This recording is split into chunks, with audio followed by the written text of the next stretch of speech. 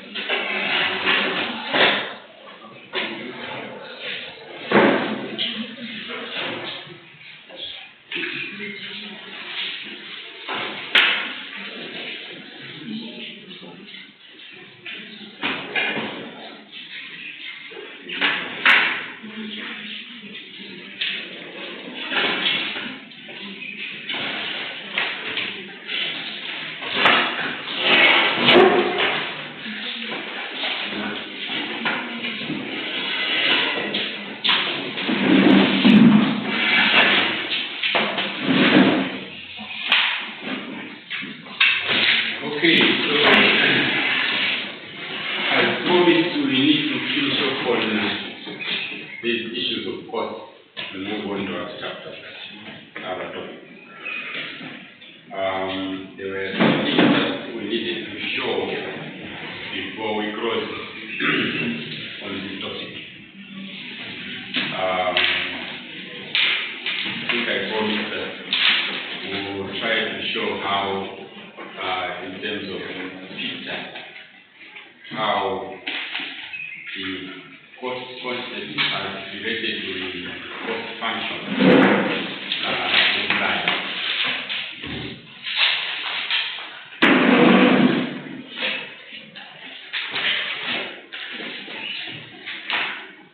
So the concepts that we looked at in terms of the cost function were fixed cost versus variable cost. Okay? So we have fixed cost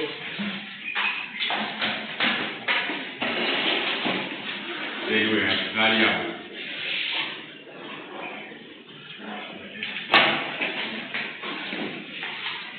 So fixed cost, variable cost.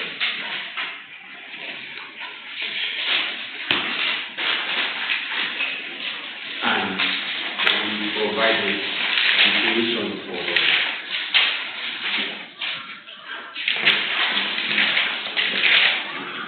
fixed cost, those costs that a company experiences and will not change with output.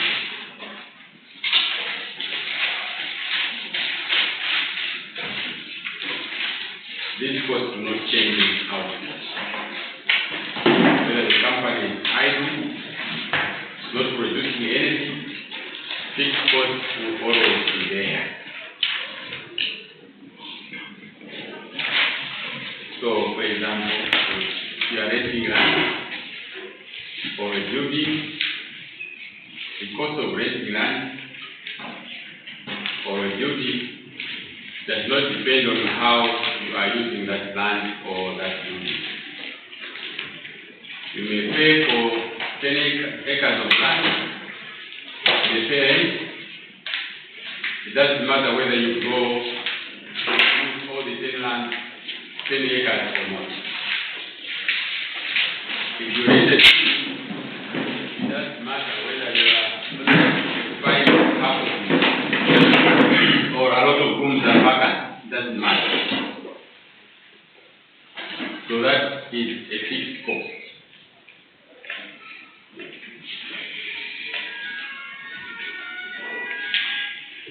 Same thing happens with things such as those which we said are very difficult to control.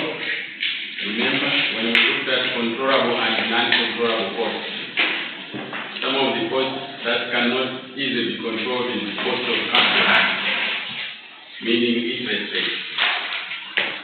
The rates of interest are not decided by you as a business person. Decided elsewhere, so there is no control. So that too, interest payments do not depend on whether you're producing or not. They are fixed. Once you have gone into debt, you can borrow money, you will pay interest whether that money you have borrowed is just at home or it is being used. Doesn't matter. You still pay the cost.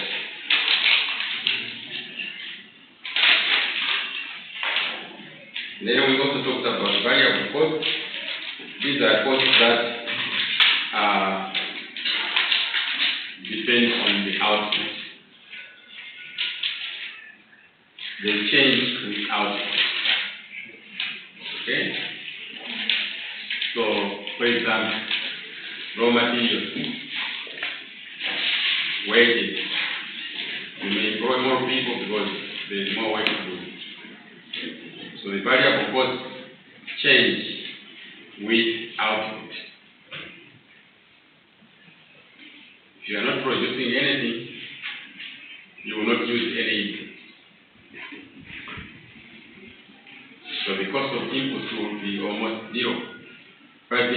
cost will always be there.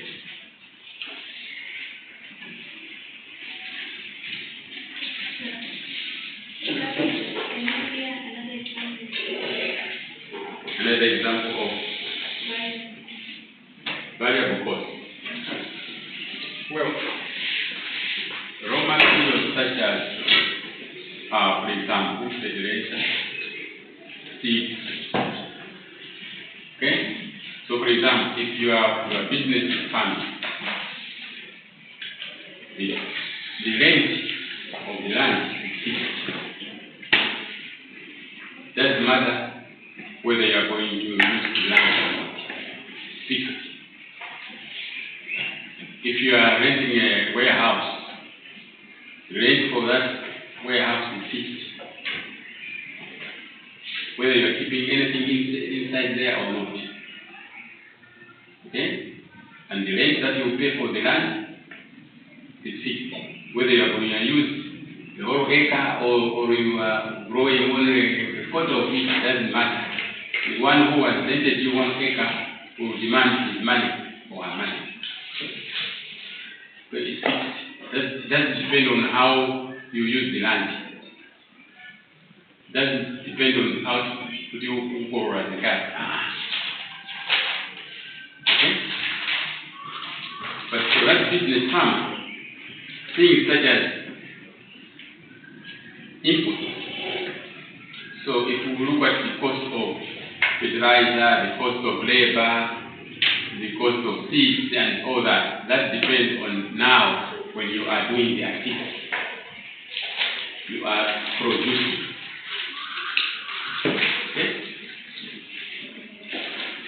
If you don't want to use that land, you pay the rent, but there will be no cost, no other cost.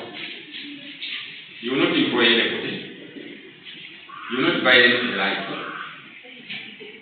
Okay? Even fertilizer depends on the amount of land used. Okay? If it's one quarter, you will use less fertilizer. So your variable cost will be dependent on the output. If we were to take the example of somebody who is a business, doing business, farming as a business.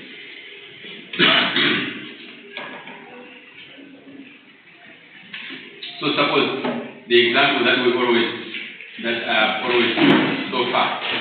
Suppose your business is to make and sell mandazi.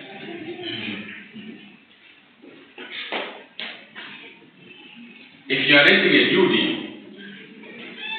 the rent of the building does not depend on how many mandazis you make. Okay? But once you start producing those mandazis, the flour, the labor, and all those will depend on how many mandazis you make. Right? If you have too many customers, maybe you want to employ 3 people. So your bill now will be more. For example, you used to have only 1. Now you want to expand production. You will employ more people. You will go and buy more flour. So your variable costs now go up depending on the output. Okay? But your fixed cost will remain the same. The building you are renting does not depend on whether you are producing only 10,000 mandazis or you are producing 1 million mandazis. It doesn't matter. Same building. Fixed. So that's the difference between fixed cost and variable cost. Variable, they vary with output. Fixed cost do not. Are we together?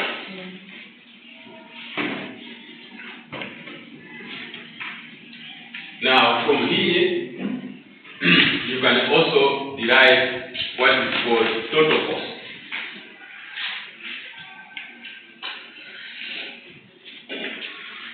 That's what I say. This plus this will give you your total cost. fixed cost plus variable cost will give you total. So total cost TC will be total cost will equal to FC plus VC.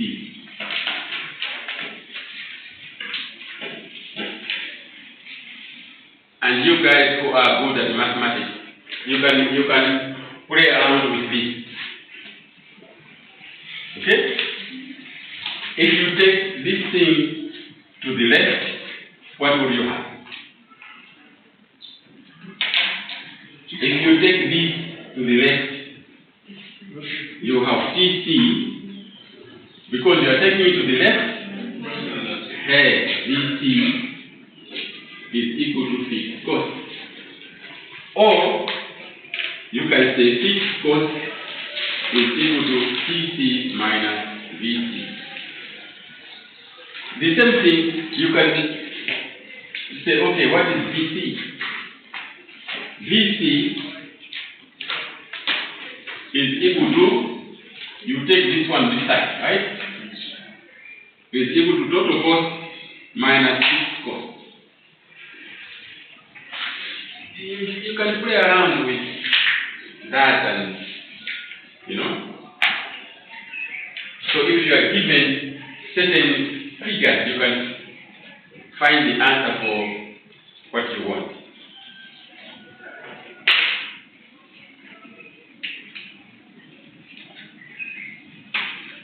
So you can be given total cost and fixed cost, and you are asked to calculate variable cost. You know that variable cost should be equal to total cost minus fixed cost. Okay?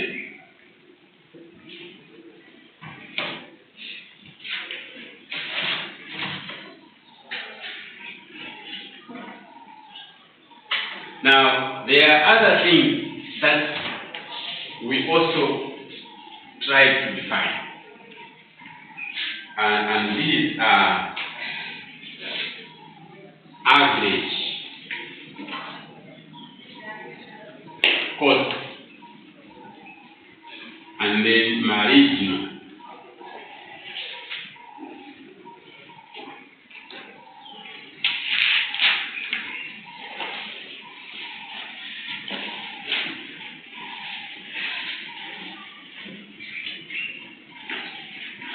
Average cost. What do we mean when we say average? How do you find an average?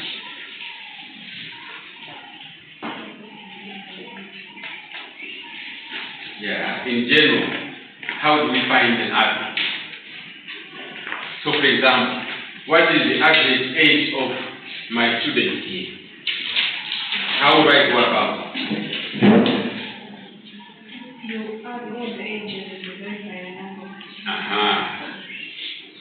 I'll add all the ages.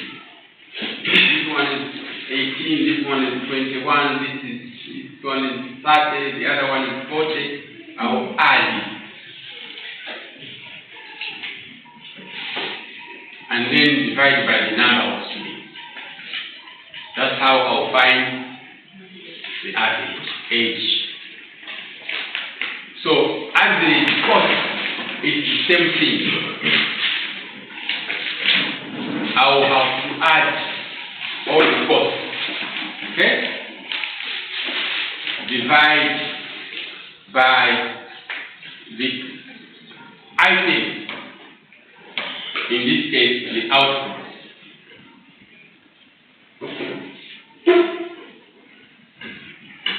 Okay, so, for example, we will say 2 bags are costing us 20. 3 bags are costing us 25. 10 bags are costing us 60. 12 bags are costing us 100. Okay? So, what is the total cost? Here we will add. Right? how many bags here. Okay? So let's say these are the costs, these are the bags. So we'll see how many bags we have, we add. Okay? How much of all these costs it adds, we add. Are we clear? So 20, 45, 105, 205. 2 plus 3, 5, 15, 27. So the average cost here will be 205 divided by 27, right? So that will be the average cost, meaning on average how much does each bag cost to produce, for example. Are we clear? Are we together? So, average cost is therefore average cost. This one is therefore total cost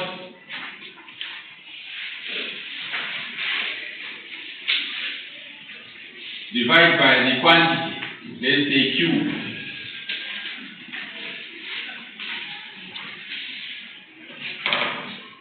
It's very similar to what we would call unit cost in this case, right? So Q there is the bag. So total cost divided by what we are producing. Are we there?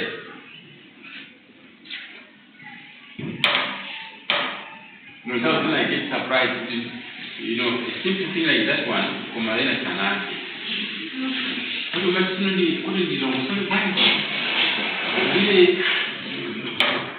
Really become so desperate. Putting on answer. Average. Just like I have said, the average age guy, that how when I get the wrong cases, we put them together and divide by the number. So here it is the same thing.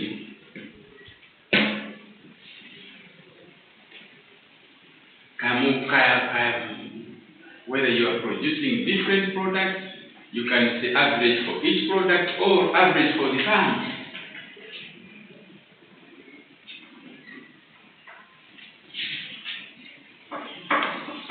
Okay? So that's the concept of average. It gives you how much does it cost on average for you to produce 1 unit. Let's say if a unit is a bag or a kilogram. How much does it cost on average? So that's the average cost. Okay? It doesn't mean that every unit is costing you that. It doesn't mean that. It doesn't mean that every unit is costing you that. So for example, the same thing. If I said the average age of my students here is 20, it doesn't mean that everybody here is 20. It doesn't mean so. Some are 18, others are 40.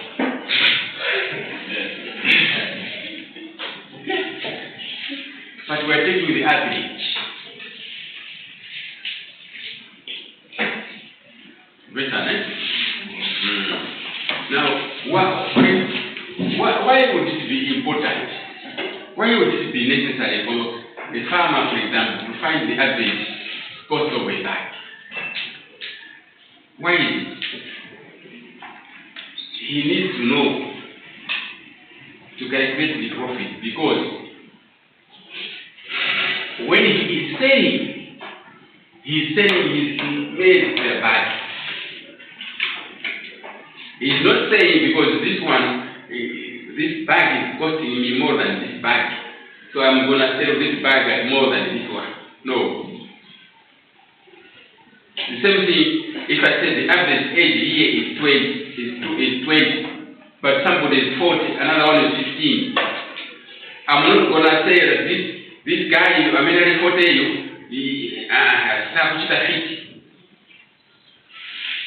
no. I will treat you all the same, and I will have in mind that the average age is 20. So if the average age was found to be 10, I would know I'm dealing with immature boys. Diana. Even though I will treat you the same. Like put in the book. Average age. So when you know the average cost of your production, you know so I should be careful, because you are charging the same for every unit anyway when you are selling. That concept should stick in your head. You are selling at the same unit, at the same price, or whatever you are producing. Even though those things that you are producing might be costing you differently. Each unit might be costing you differently. So that's the importance of average cost. Now, what is marginal? Marginal is different. Marginal is very not the same, but very similar to incremental costs. Remember, we talked and defined what incremental costs are. Marginal is the extra cost. Marginal is the extra cost that results from producing an extra unit. Extra unit, not extra amount, extra unit.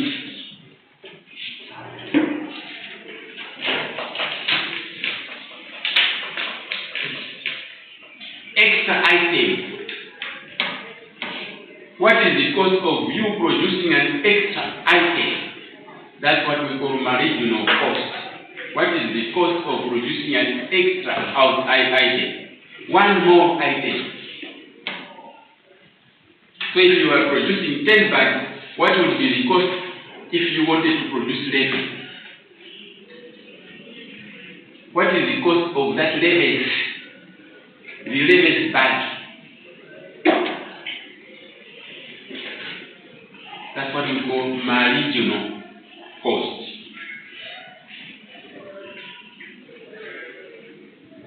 It's not an average. Remember, the average cost you are adding up and dividing. This one you are not. You are just calculating how much has this additional item costed you.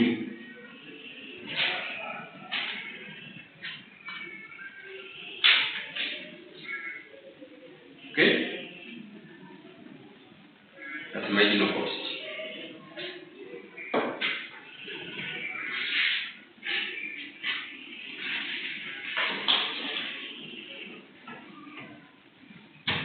An extra cost for producing one additional.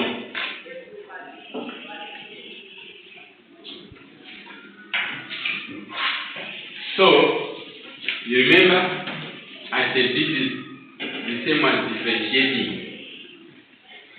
total cost and quantity. It's a matter of differentiating this. Okay? ddt over dq.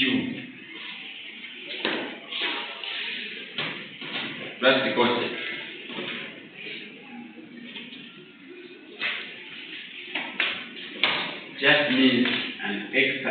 how much does it cost?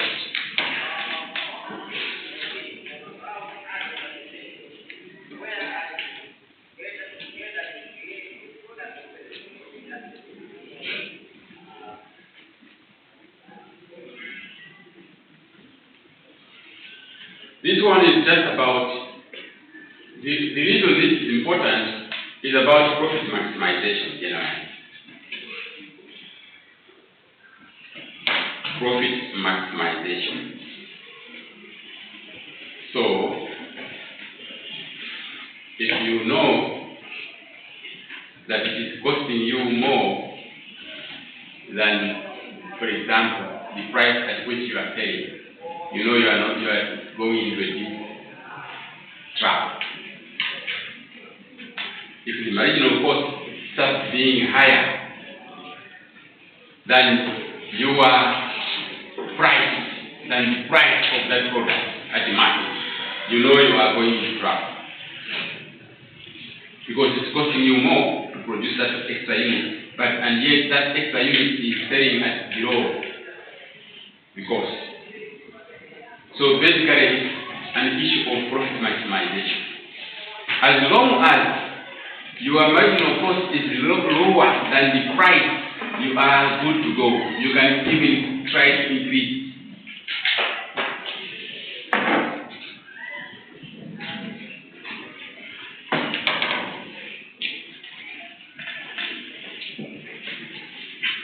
So, what I want is for you to be very clear how you use the average cost concept versus how you would use the marginal cost concept in a business decision making.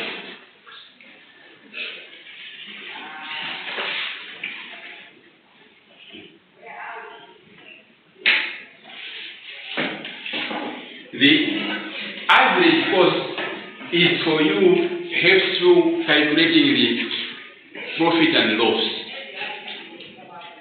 How you are making profit and losses.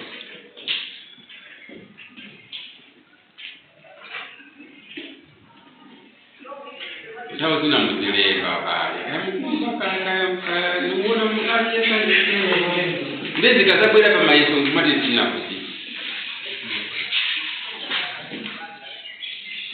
do you use these two concepts in a business environment?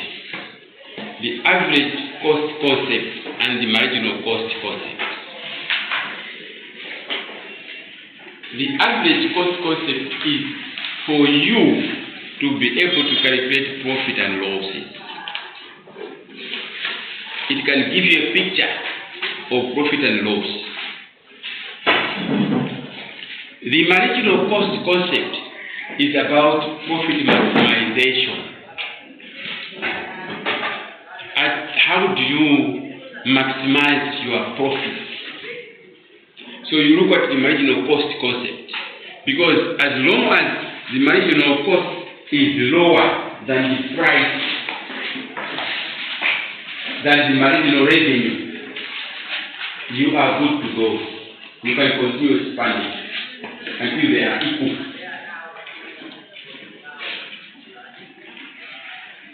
You can continue expanding because there's room to make more money. There's room to make more profit maximization. Until they are equal, the price and the marginal cost is equal, you stop there.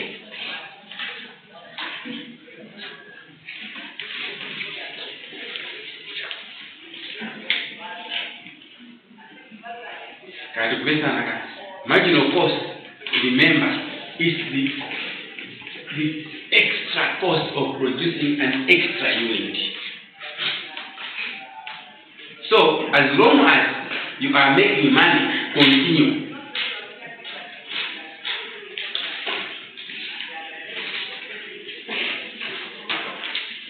So, at this juncture, because I'm talking about profit, let me go back to how we calculate profit. We say profit is equal to total revenue minus total cost, right? what we say, that profit is like that.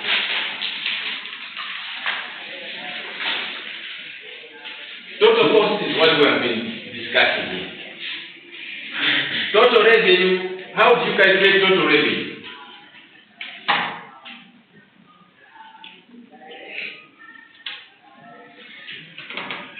You take the price, right, times the quantity that you are selling. So total revenue for your bags of maize is the price of maize times how many bags you have, right? It will give you how much money you have made in total. You have 275 bags or whatever. 27 bags, you know how much you have made. You say 27 times 30,000 per bag. So that is your total revenue.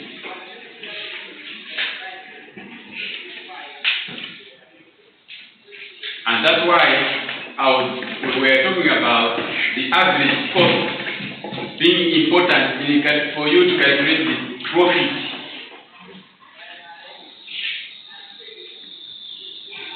The average cost will give you an indication, because if you have to compare the price of what you are selling and the average cost of that particular thing you are selling. So, and yet, these things are selling them at the same price. The average cost will also give you that indication of what same price we are talking about.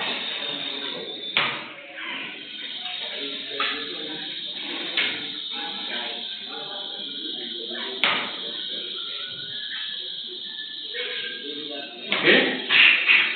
Now, there's also this concept of when we take total revenue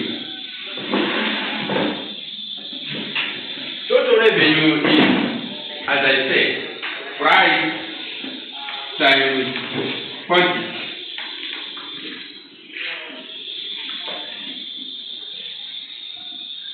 You can also have a concept here called marginal revenue.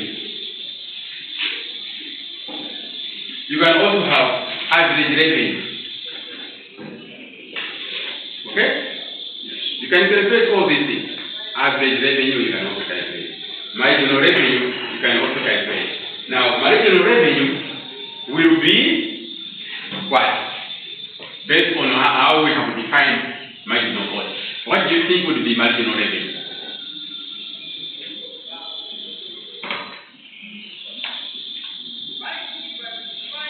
It's the extra revenue you are going to get by selling one extra output. Okay? Marginal revenue is the extra revenue you earn by selling one additional unit.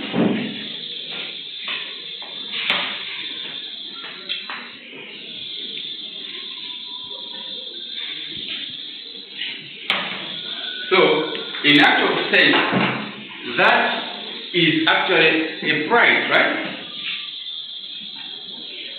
It's just equal to the price, because we are selling one extra unit.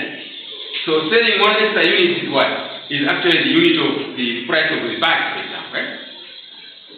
So for example, you have been selling 10 bags, and now you are selling the 11th bag.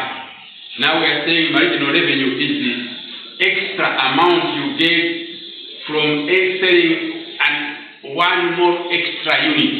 So in terms of bags, another bag. Now you remember that whatever bags you have, you sell them at the same price. That's why you need to know the average cost for you to calculate profit. Now this concept of marginal revenue just tries to marry with marginal cost.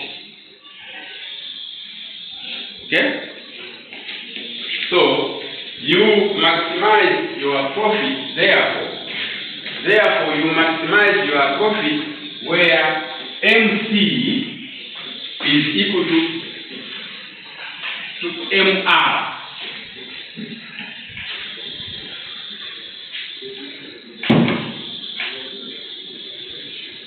MC is equal to MR.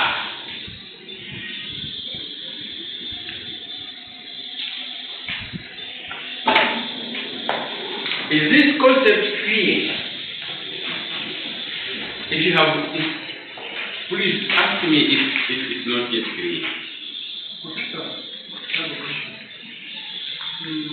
Okay, so our papers, we have produced the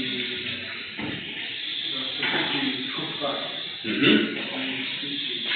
So regarding the one bag of supplier, this is one bag of extra units. So you can find and you said that you have to sell the usual commodity, the usual production you use to produce, then minus what you want to sell about. I think you are confusing about it. Okay? You said that the marginal revenue is the cost you earn by selling No, not the cost. The amount you pay. or the amount you earn. Yeah. And the marginal cost is the additional Cost of producing an additional unit of power. Okay, so there is the marginal cost is equal to marginal revenue. So can you repeat? But what I'm saying here, this where marginal cost is equal to marginal revenue, that's where you maximize your profit. That's where you best maximize your profit. Why are we saying that? I have said very clearly that whatever you are producing, you are selling at the same price. Okay? If you have bags, you are selling at the same price. Whether you have bags of beans or maybe same kg anyway. Let's say same kg. Let's use the kgs as the unit. You are selling price. Doesn't care about your average cost.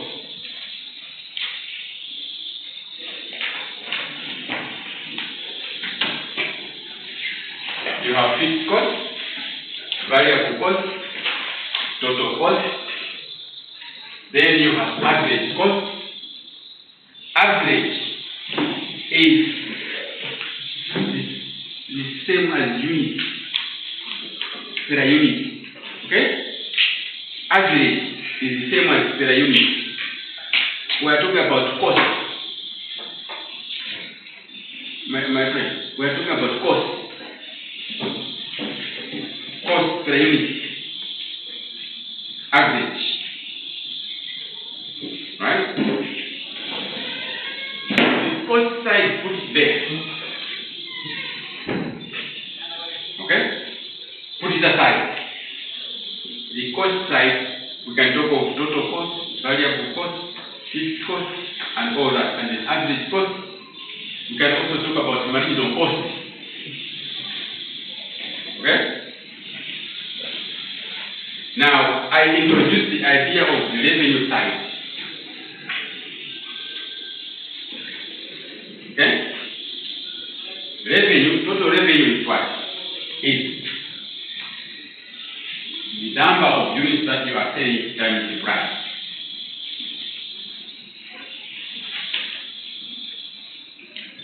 Yes? Now, you can also have marginal revenue. How much do you earn by increasing your sales by one more unit? How much do you earn by increasing your sales by one more unit? That would be your marginal revenue.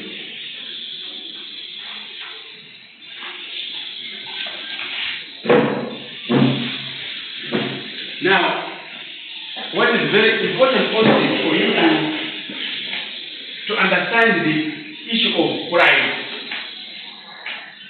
Okay? What is the price?